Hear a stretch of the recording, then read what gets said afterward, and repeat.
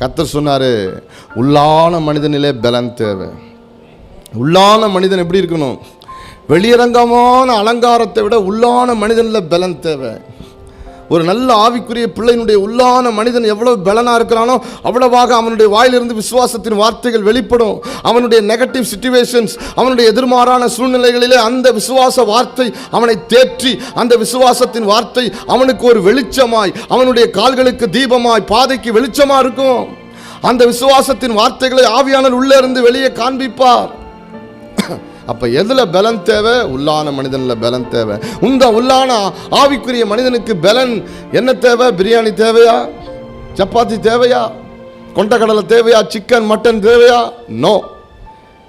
த spiritual ஸ்வாட், ஆவிக்குரிய பலனை தருகிற வேத வசனத்தாலே நாம் நிறைந்திருக்கணும். யோவான் 6:63 சொல்லுகிறது, என் வசனங்கள் ஆவியும் ஜீவனுமாய் இருக்கிறது. ஆமென், அல்லேலூயா. ஆமே, வேத வசனங்களுக்குள்ள ஒரு பவர் இருக்குது. நீங்கள் நினைக்கிறீங்களா ஏதோ எழுத்துக்களால் எழுது அப்படியே பைபிளை மூடி வச்சிருக்கிறாங்க? உண்மைதான். ஆமேன். இதை புக்கா பார்க்குறவனுக்கு இது புத்தகம், இதை பட்டயமாக பார்க்குறவனுக்கு இது பட்டயம். ஆமேன் சொல்லுங்க. அல்லேலூயா.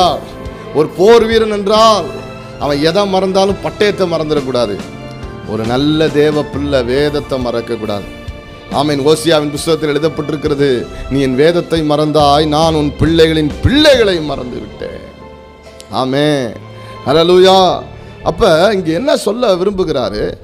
கர்த்தருடைய வேலையை அசதியா செய்யாம இருக்கணுமா? பட்டயத்தை எடுத்து ரத்தம் சிந்தாதபடிக்கு பட்டயத்தை உள்ள வைக்க கூடாதான், ரத்தம் சிந்தணும். அப்படின்னா என்ன அர்த்தம்? அசதியா இருக்காத. வேத வசனமாகிய ஆவின் பட்டயத்தில் கூர்தூட்டப்பட்டவனாய், உன் ஆத்துமாவிலே வசனங்களினால் நிறைந்து பலன் உள்ளவனாய். ஆமேன். ஆவியானவர் உன்னை உருவாக்குவதற்கு ஏதுவாய், நினைப்பூட்டுவதற்கு ஏதுவாய், நீ அந்த ஆவிலே ஆமேன் உன்னை கட்டி எழுப்புவதற்கு ஏதுவாய் உன்னை வசனத்தில் நீ நிறைந்திரு என்று கர்த்தர் சொல்லுகிறார்.